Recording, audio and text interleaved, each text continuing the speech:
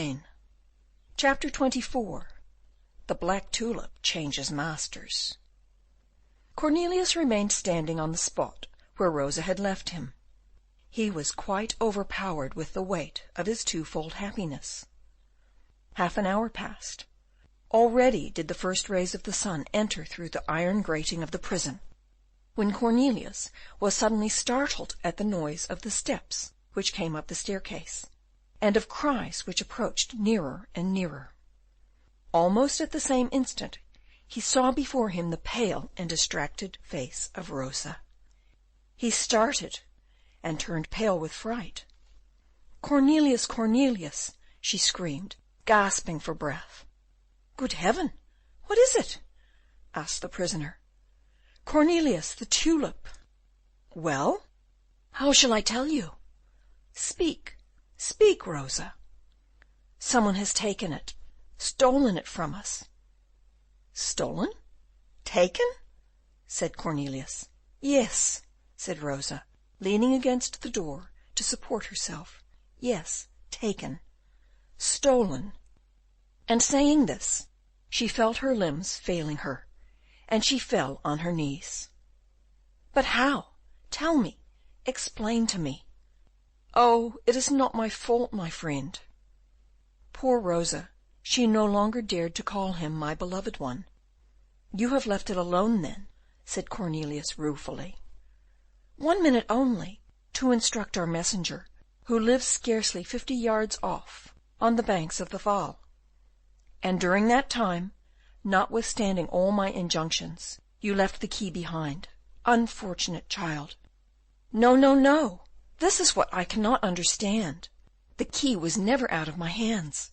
I clinched it as if I were afraid it would take wings." "But how did it happen, then?" "That's what I cannot make out. I had given the letter to my messenger. He started before I left his house. I came home, and my door was locked. Everything in my room was as I had left it, except the tulip. That was gone. Someone must have had a key for my room, or have got a false one made on purpose." She was nearly choking with sobs, and was unable to continue.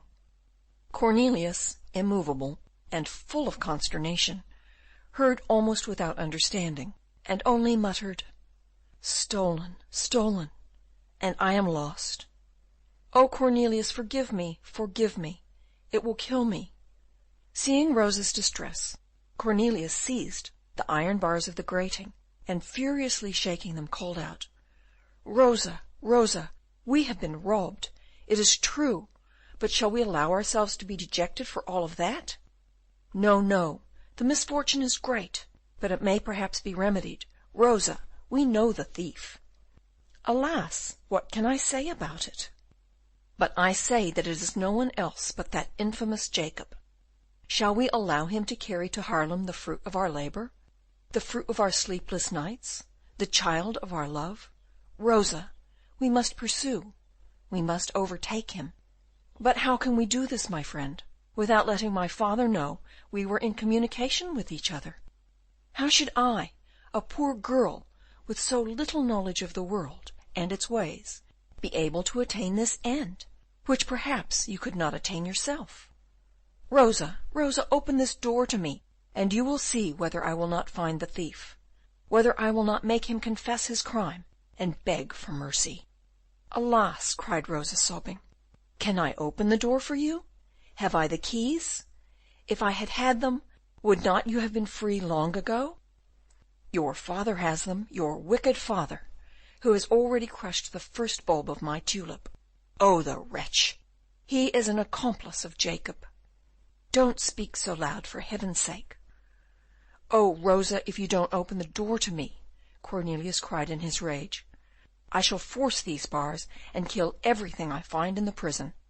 Be merciful, my friend. I tell you, Rosa, that I shall demolish this prison stone for stone." And the unfortunate man, whose strength was increased tenfold by his rage, began to shake the door with a great noise, little heeding that the thunder of his voice was re-echoing through the spiral staircase. Rosa, in her fright, made vain attempts to check this furious outbreak. I tell you that I shall kill that infamous Gryphus, roared Cornelius. I tell you I shall shed his blood as he did that of my black tulip. The wretched prisoner began really to rave. Well then, yes, said Rosa, all in a tremble. Yes, yes, only be quiet. Yes, yes, I will take his keys. I will open the door for you. Yes, only be quiet, my own dear Cornelius. She did not finish her speech, as a growl by her side interrupted her. My father, cried Rosa. Gryphus, roared Van Baerle. Oh, you villain! Old Gryphus, in the midst of all the noise, had ascended the staircase without being heard. He rudely seized his daughter by the wrist. So, you will take my keys, he said, in a voice choking with rage.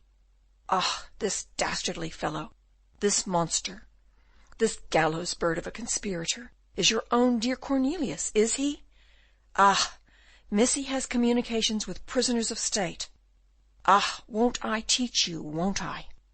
Rosa clasped her hands in despair. Ah, Gryphus continued, passing from the madness of anger to the cool irony of a man who has got the better of his enemy. Ah, you innocent tulip fancier, you gentle scholar, you will kill me and drink my blood. Very well, very well. And you have my daughter for an accomplice. Am I, forsooth, in a den of thieves, in a cave of brigands? Yes, but the governor shall know all tomorrow, and his highness the stadtholder the day after. We know the law. We shall give a second edition of the Buitenhof, master scholar, and a good one this time. Yes, yes, just gnaw your paws like a bear in a cage. And you, my fine lady, devour your dear Cornelius with your eyes. I tell you, my lambkins, you shall not much longer have the felicity of conspiring together. Away with you, unnatural daughter. As to you, master scholar, we shall see each other again. Just be quiet, we shall. Rosa, beyond herself with terror and despair, kissed her hands to her friend. Then, suddenly struck with a bright thought, she rushed toward the staircase, saying, All is not yet lost, Cornelius. Rely on me, my Cornelius. Her father followed her, growling. As to poor Cornelius, he gradually loosened his hold of the bars, which his fingers still grasped convulsively. His head was heavy, his eyes almost started from their sockets, and he fell heavily on the floor of his cell, muttering, Stolen! It has been stolen from me. During this time, Boxtel had left the fortress by the door which Rosa herself had opened. He carried the black tulip wrapped up in a cloak, and throwing himself into a coach, which was waiting for him at Gorcum, he drove off, without, as well may be imagined, having informed his friend Gryphus of his sudden departure.